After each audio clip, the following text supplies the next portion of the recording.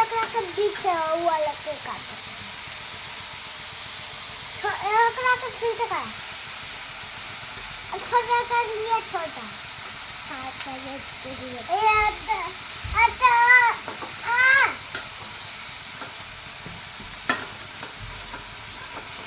मत आए छो हम खा कहीं नहीं हम भी ऐसे करें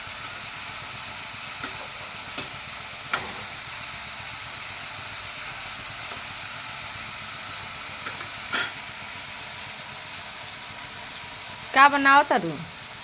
आलू अबरी रोटी बस रोटी बना का बनाओ तारू खाई एकर नाम का है सब्जी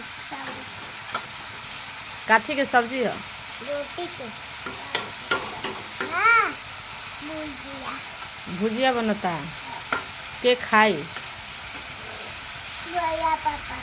भैया पापा अरे मम्मी और तू अरे बड़ भैया